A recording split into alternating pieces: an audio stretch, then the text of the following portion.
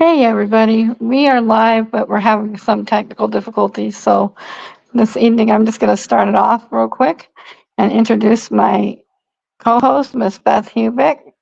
I hope I said your last name right. It's okay. Everybody slaughters it. And Mr. Michael Wong is our guest for this evening. How's everybody doing today? Good. Doing good. Awesome, awesome.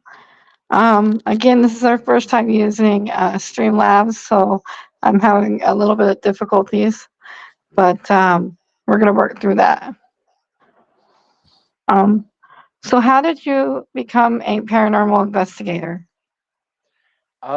It really all started just growing up. I literally was very fascinated by watching all the shows that you see on TV, and we all know like they may not been authentic, but I was just super intrigued and wanting to learn and be more involved with the paranormal. Like, wow, they done this. Like, I kind of want to go and check it out. And kind of like fast forward to like 4 years ago, I was really wanting to make really take action, do this. So my paranormal journey all literally began like in what was it? The Montana State Prison in Deer Lodge, Montana. That was my very first investigation, and from there caught like a bunch of weird, creepy voices. Caught a couple like EMF spikes, and it was just like I caught a lot of evidence, and it was just like, wow, this is definitely something you don't really fake. At least for me, I don't fake anything. And from there, I just continued to do more research on like, okay, what are some great places around, at least in the Pacific Northwest, that's worth checking out. And from there, I have been to like places like in Montana, Oregon, Washington State, Idaho, let's see, like Colorado, Iowa. I got back from West Virginia back in like November, and just literally been going to all these places. And I really, the way I kind of structure the way I film everything is I like to interview the people, the employees, the local investigators in that area of like what their experiences were. And then once it's like nightfall, I kind of take with what the haunted most active spots in these buildings are, and I go there and see if I can replicate with what happened. And that's kind of really the story of how I became an investigator. Very cool. That's very cool. What was your um, most favorite ghost hunting experience? My ghost hunting experience, it would probably be, and I didn't realize this until when I reviewed footage. It was probably my favorite clip, which was the next investigation after the Deer Lodge, Montana prison, and I was going to Butte, Montana, which is the Dumas brothel, and it was the longest running brothel in U.S. history. And I was downstairs in the basement, and I was with the owner at the time, and he was going to this one room that used to be the old bar. And as he's like coming out, because he had this REM pod, and I'm like, "Oh, you're like touching it," just kind of whispering, and then he's like, "Oh, what'd you say?" Like, "Oh, I'm like, you're touching the REM pod, it's going off," and he's just kind of chuckling. And then after that, like, he's coming out of the room, so to the left of the room, if from where my camera's facing, there's like a door, and then there's like a little window next to it. And in this window, and I'm just kind of painting my camera from right to left, and pretty much what it looks like, it's like a faceless apparition. It's all black, and it looks like it's peeking at you. And as my camera's turning that direction, it just like fades away behind the window. So it looked like it was spying on me, but I didn't realize I captured until I reviewed the footage. But pretty much, just going to the basement initially, it just felt very like unwelcoming. Like I can feel like something, I don't know, like something evil, something sinister is lurking in the basement that was just definitely didn't feel friendly to me. Hmm. And I was just like, wow, like yeah, I don't know if I can spend all night just being this big, but that's definitely like the most active spot for me.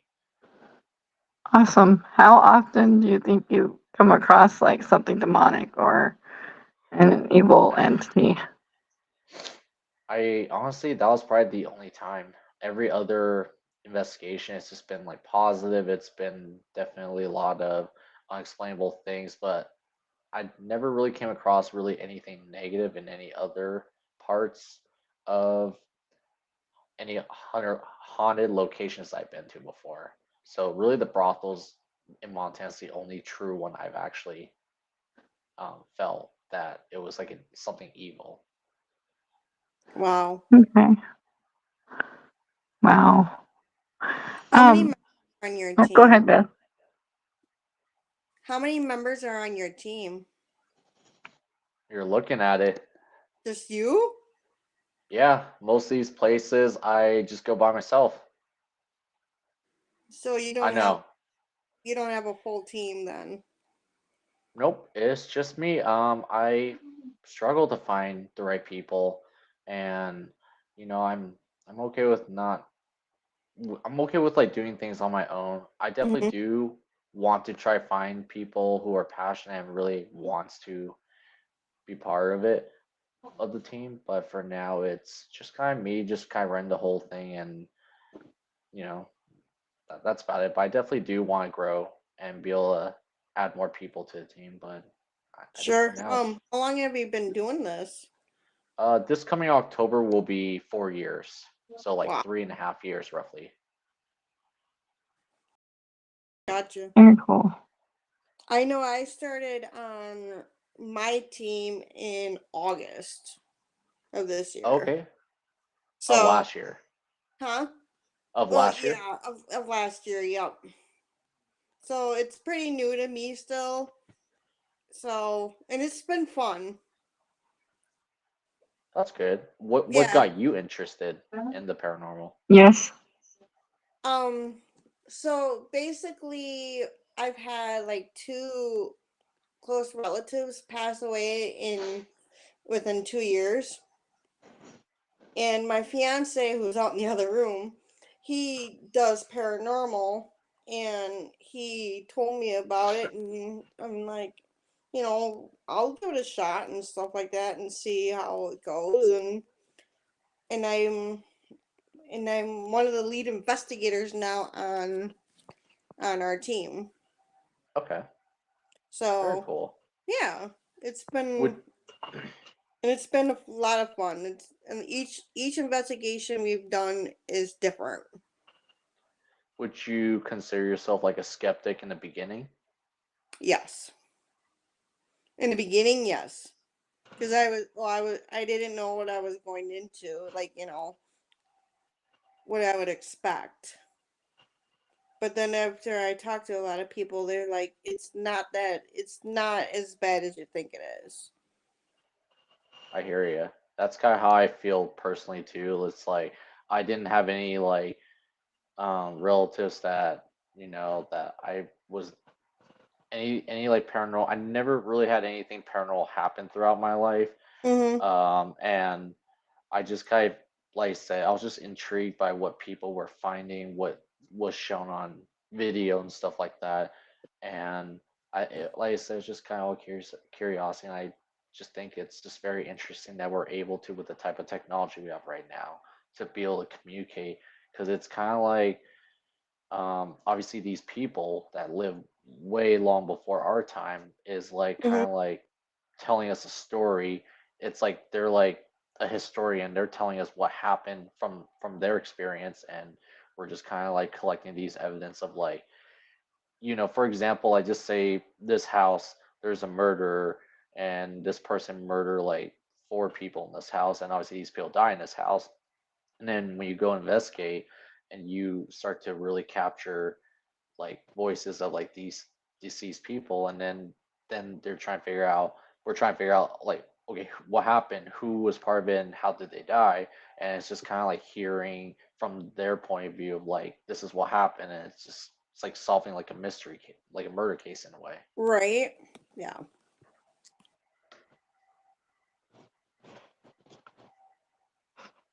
Awesome. Um, what are some of your most favorite memories? My favorite memory. There's a lot, I'll be honest. There is a lot. Favorite memory. It's a tough one. Like, can you kind of explain a little bit? What do you mean, like, in terms of favorite memory? Like a great location with like a history, or is it just kind of like the area I'm in? Like something like that you came across that you weren't expecting. Um, Oh, gotcha. Okay. So this is like my most recent video I put out like almost a month ago. I was in Iowa, central Iowa, and I was investigating this location called the Edinburgh Manor. Are you guys familiar with that place or heard of it? yes. Yeah, And oh, go ahead. no, I said I think I have to research that one. I'm Okay, not really so familiar with that one.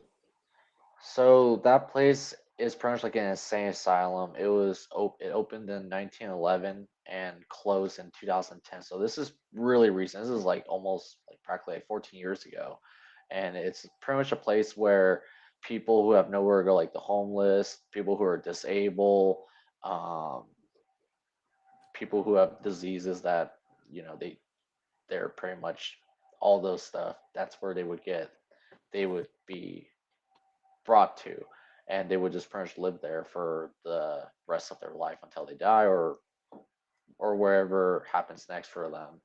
And this was downstairs in the basement, and I'll tell you, when I was doing the interview during the day, it was literally like I've never experienced this before. You literally are capturing experiences in broad daylight, and I've never caught anything really during the daylight. And most time, like, oh, once it's dark, then okay, it's time to go some. But this place is an intelligent building, and what I mean by that is, say I'm going down this hallway, I hear a noise in one of the rooms. I go down to this room, and then of where the noise of what I heard, and then when I'm in this room, then I start hearing another noise in the hallway, somewhere in the hallway, and then I'll go out there, and then pretty much it's like a cat and mouse chase. It'll lead you somewhere, and then it could, and because most of the time it's not us trying to find them, it's more like they're watching what you do, and that's kind of like that kind of scared me a little bit. And during the interview, when I was asking like questions about the building, and literally it was just insane. Like, I don't know how it was just scary. But pretty much downstairs in the basement, um I didn't do that tour during the day, but I went down there, and there's these two tour guys I that came with me. I invited them back to investigate, and we're downstairs in this basement, and we're in this long hallway, and two of them are in front of me. There's literally only two of us in this entire two of them and me in this entire building, and in the basement specifically. They're in front of me. We're just talking about something, and then out of nowhere, I actually got touched, and I've never been touched by any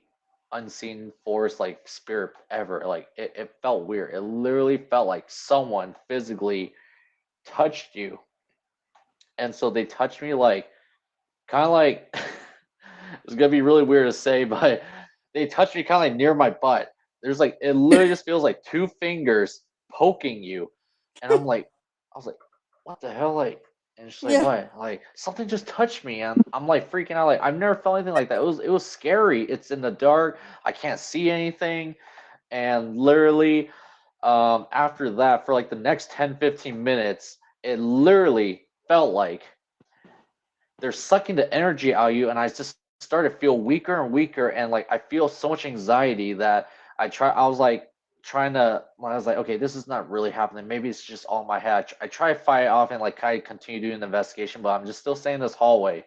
And after that, it just like got harder and harder to like do the investigation, because like I said, it felt like something sucking the energy out of me. So I told the tour guy, gave them the camera. I'm like, I gotta just like leave for a second. Like, and as soon as I walked out the door, everything just felt like it was lifted. Like I feel so much more better now. And as soon as I walked through those doors, it was just like it was truly the scariest thing I've ever experienced ever.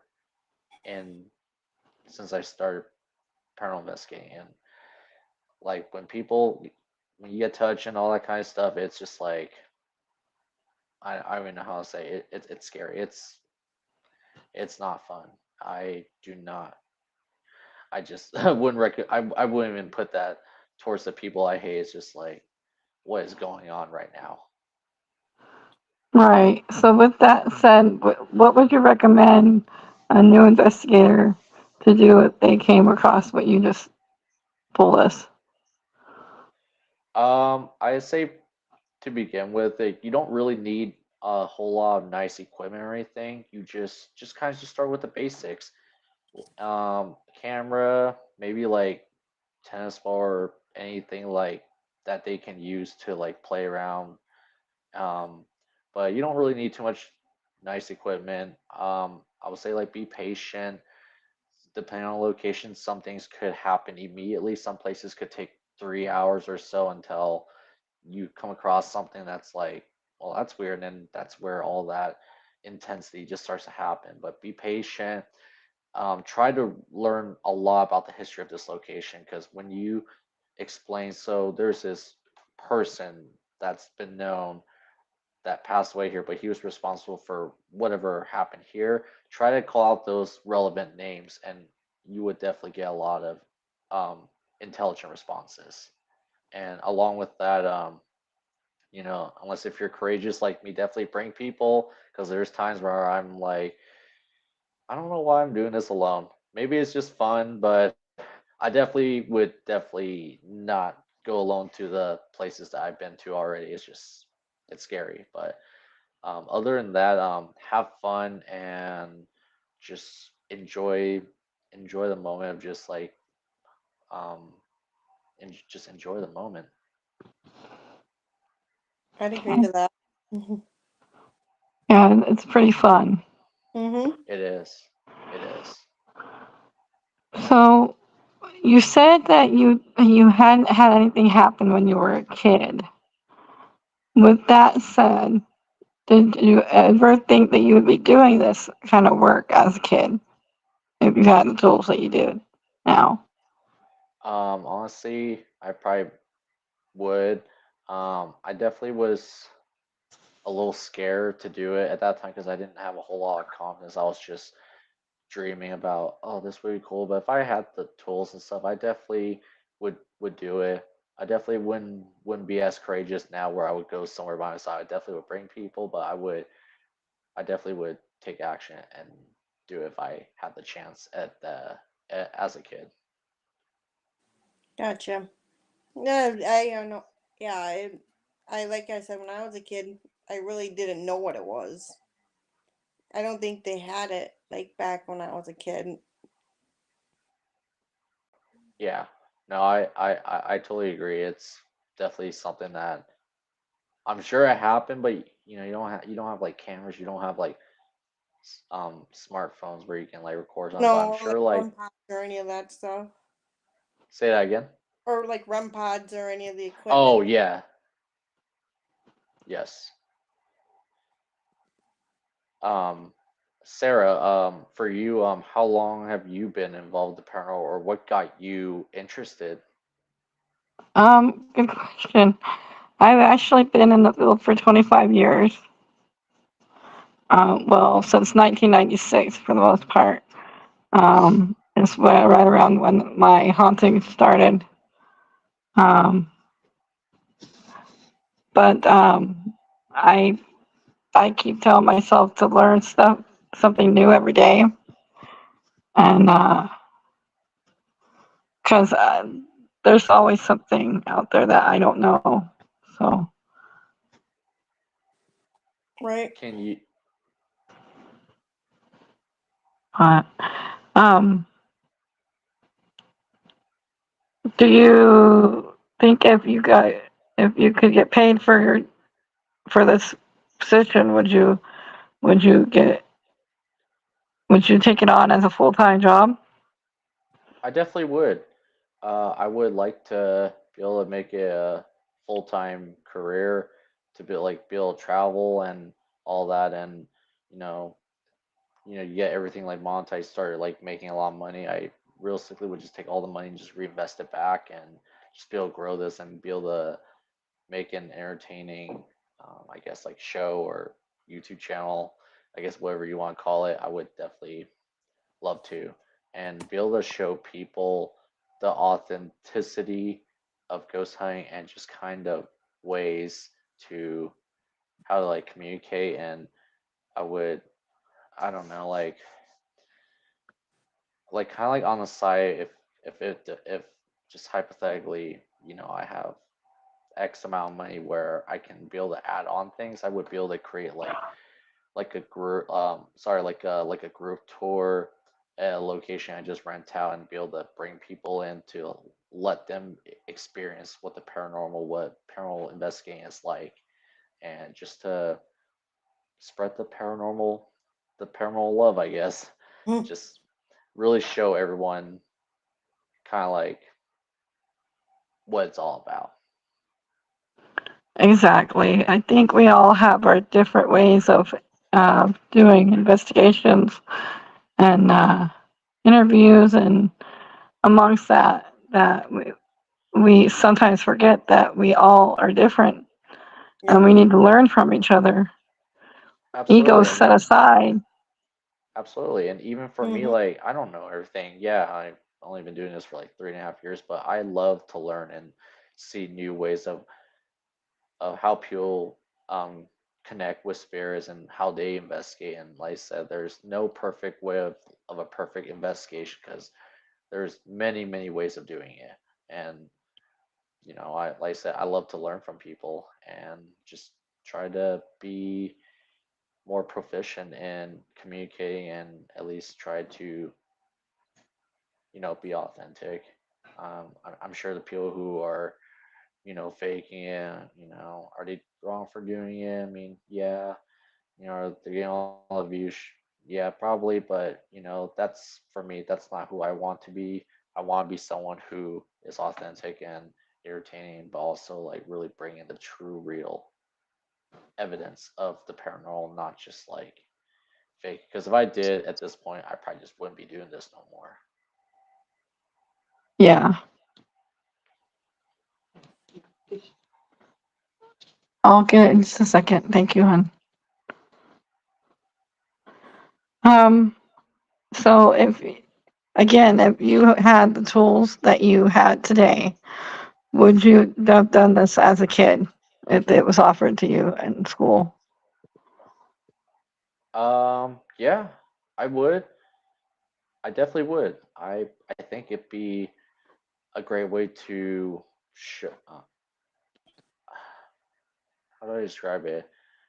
I guess on the short end, yes, I would do it in a heartbeat. Um, Again, uh, I definitely wouldn't do it alone, because my 8-year old self would be like, "What are you doing? Like, this is crazy. Like, you're like kind of like, I don't know. It's like dangerous. It definitely is dangerous, but I always treat the spirits as if I was going to a friend's house, with respect. You taunt them, you start treating them badly, then that's what you're going to be treated with. So that's kind of like how I would go when I go to these locations. Like, this is their house. I'm going to respect it. I'm going to try to communicate with them, and hopefully I find some great evidence. Mm-hmm. Awesome. What part of Washington are you from? Eastern Washington. Like, I'm pretty close to Ex- like Idaho. Idaho? Okay. Yeah. Okay.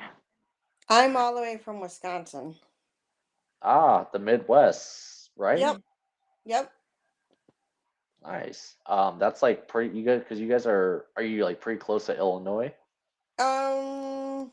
No, let's see. Um. Probably probably closer to Michigan. So Okay. like I'm in the middle of Wisconsin, basically on the um like north. We're like northeast Wisconsin. Gotcha, gotcha. So you're pretty close to Canada, almost, Mm, right? go south more. We're Oh, like gotcha. like if we go north up like we're near the UP, like in that percent, you know, like close to the UP in a way, than Gotcha. than Illinois. It's a horse Nice. apiece, basically.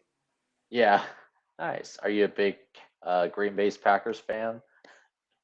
Yes, when I can watch games, yes. Yep, absolutely. How about you, Sarah? I I'm a Seahawks fan. Oh, good lord. Nice. Go Seahawks. Next year's our Seahawks and year. then Packers. Yeah. Hey. Hey, yeah. No, yeah, so I always liked watching football when I was a kid. Nice. You remember that Yeah, one game? I would watch football with my grandparents and stuff like that, so but they're Oh, both very. deceased, so Oh, I'm yeah. sorry to hear. No, they've been gone like so I was telling Sarah, I just went out to the cemetery yesterday and my grandfather on my mom's side been gone 26 years. And then my grandma had dementia Hmm. and she'll be gone 13 years. So yeah, I was very close to them. Yeah. Was there anything that they left back that kind of like gave you?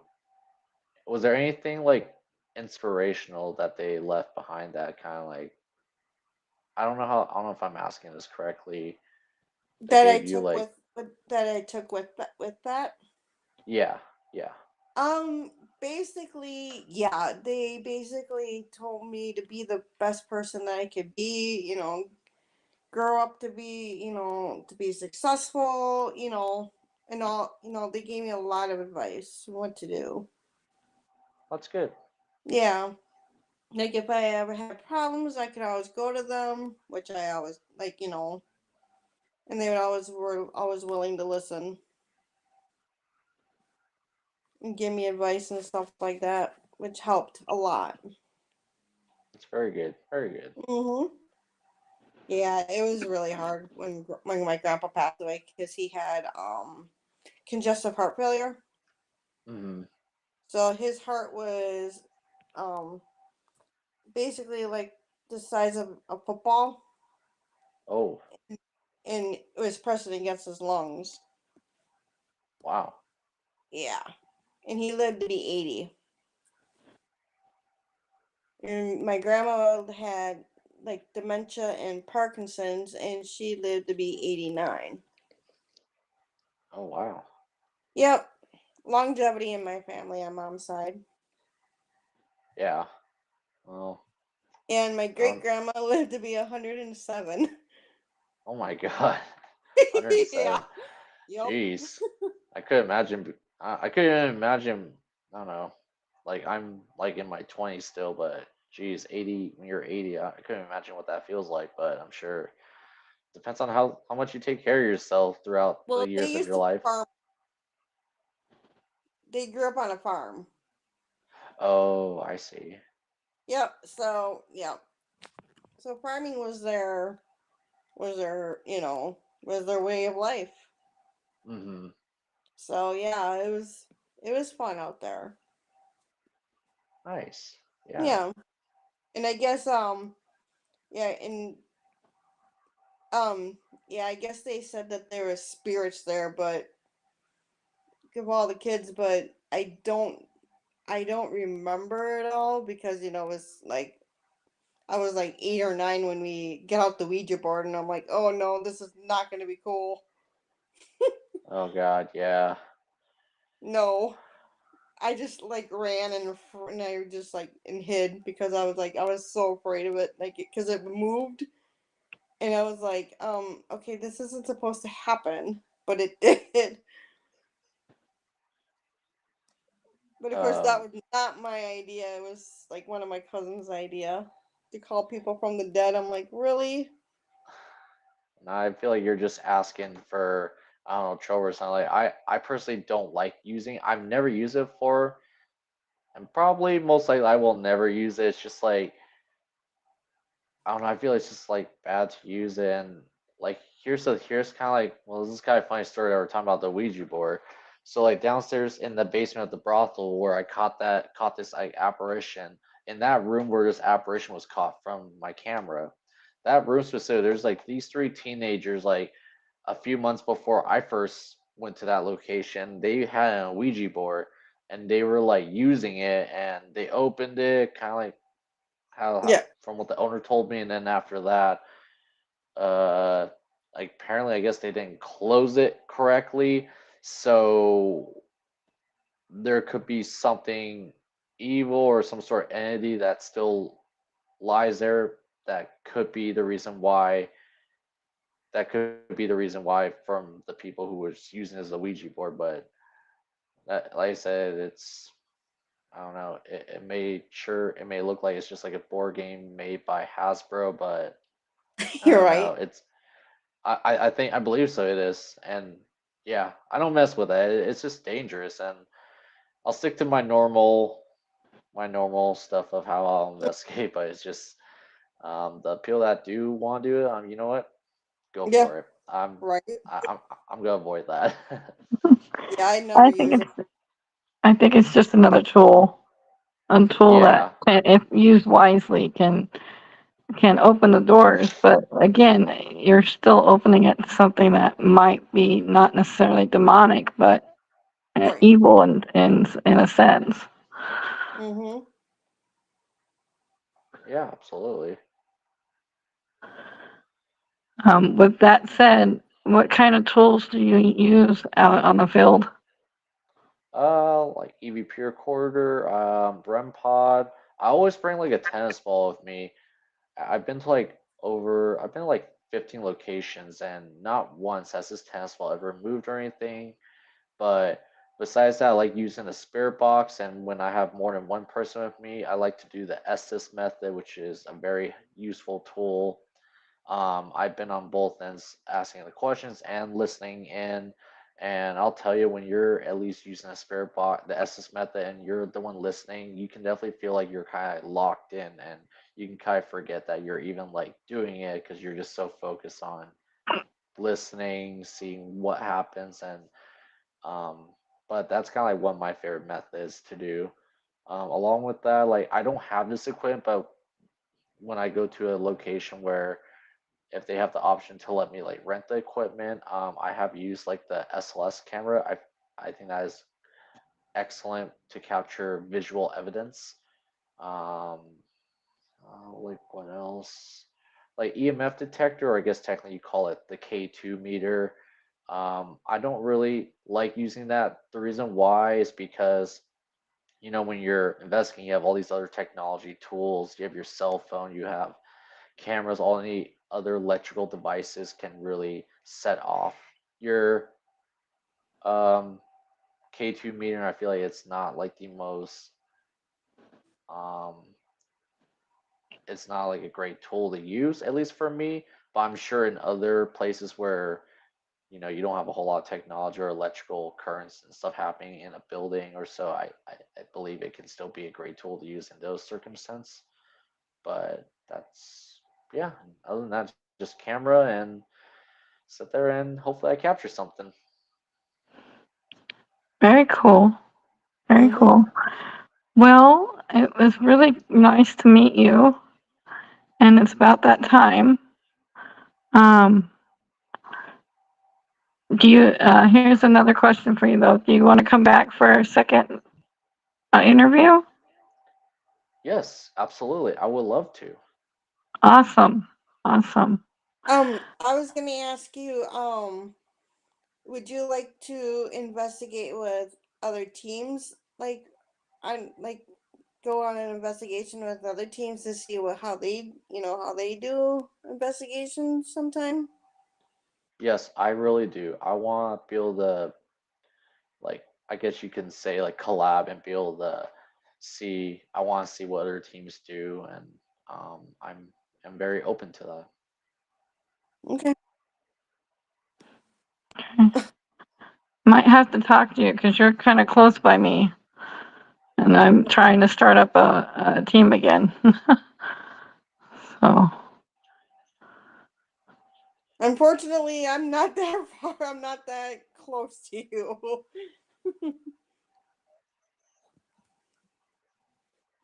but okay, guys, I'm gonna go ahead and put you in the back real quick. Maybe just a couple miles away. Huh? Yeah. Well, flying a couple hours, yes. Oh, gotcha. Yeah. But no, like I said, my fiance and I are from Wisconsin, so yeah. Because we usually because we investigate in Minnesota, and our next investigation actually is going to Okay, be okay. Wisconsin in May. Nice. So What is the location you are going to be investigating? um, it's it's near Oh, Madison. So it's near Madison. So okay. Well, that's yeah, cool. yeah, and it was something that my team leader wanted to do, and I looked up everything, and I'm like, it looked interesting. So it's not an overnight one. It's like a certain time to do it. So it's like at nighttime that we're gonna investigate. Absolutely. Yeah, I really do want to go out, kind of like Minnesota, Wisconsin, Illinois, kind of in that area. I definitely want to check out some of those places because I'm sure there's a lot of history, lots of Yeah. historic locations. Yeah.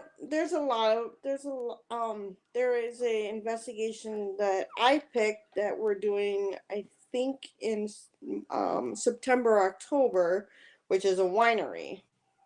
Oh, So yeah, that'll be interesting to do because my fiance actually has a paranormal team, but it's kind of on the like he's taking a break from that one to help Marcus, who is our team lead in Minnesota. So yeah, it'll be interesting to see. And he investigated there too. My fiance did, and he said it's very active. really? Mhm. Interesting. What Yep. what what's the main reason that that place is haunted? He told me, but I forgot. Oh, that's okay. I'm Yeah. sure sure there's articles and stuff that we can find, but if you Yeah. guys are ever coming out west, even like Montana or even in Washington, there's Mhm. a haunted hospital like probably like less than an hour away from me driving wise, and Mhm. if you guys ever come in this area, let me know, and I believe that you guys will not be disappointed because this place has a lot of Yeah, active hotspots. we have a great team. You will like our team. We always like Yeah, to have fun, absolutely. and it's never a dull moment. Trust me. I believe it. Oh, trust me. I mean, our last investigation, we were all basically laughing the whole time. It was just like, yeah, it's like we're like one big family, basically. Well, that's awesome. Yeah, that's what it is. Just one big family doing what you all love and just enjoying the company and all that. Mm-hmm. But it was nice talking with you. Yes, and it was nice talking to both of you. thank you for coming on. Mm-hmm. I appreciate Absolutely. it. Yeah, thank you for having me on. I'm really grateful and I'm excited to be on with you guys again down the road. Okay. Definitely. I'm gonna go ahead and put you in the back, and hopefully it lets me do that this time. All right.